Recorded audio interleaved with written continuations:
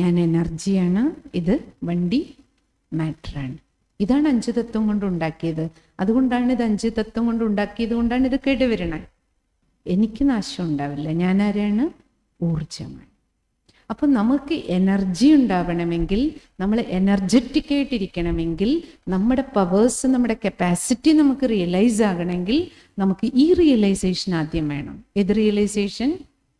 ഞാൻ ഈ നശിക്കുന്ന 5 തത്വം കൊണ്ട് ഉണ്ടാക്കിയിരിക്കുന്ന ഈ ബോഡിയല്ല, ഞാൻ ആരാണ്? ഊർജമാണ്. ഈ ഊർജത്തിലാണ് ഊർജം കിടക്കണം.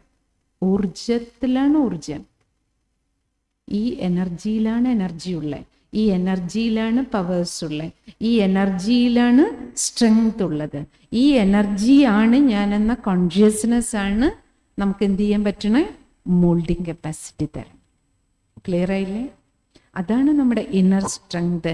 ഞാൻ ആരാണെന്ന് റിയലൈസ് ആകുമ്പോഴേ എനിക്ക് എൻ്റെ ശക്തിയെ ഉപയോഗിക്കാൻ പറ്റും. ഈ എനർജി ഇതിൻ്റെ ഉള്ളിൽ ഇരുന്നു കൊണ്ടാണ് ഈ ബോഡിയിലൂടെ ഞാൻ അഭിനയിക്കുന്ന ഒരു റോളാണ് ടീച്ചർ, ഞാൻ അഭിനയിക്കുന്ന ഒരു റോളാണ് അമ്മ, ഞാൻ അഭിനയിക്കുന്ന ഒരു റോളാണ് സയൻറ്റിസ്റ്റ്, ഞാൻ അഭിനയിക്കുന്ന റോളാണ് പ്രധാനമന്ത്രി.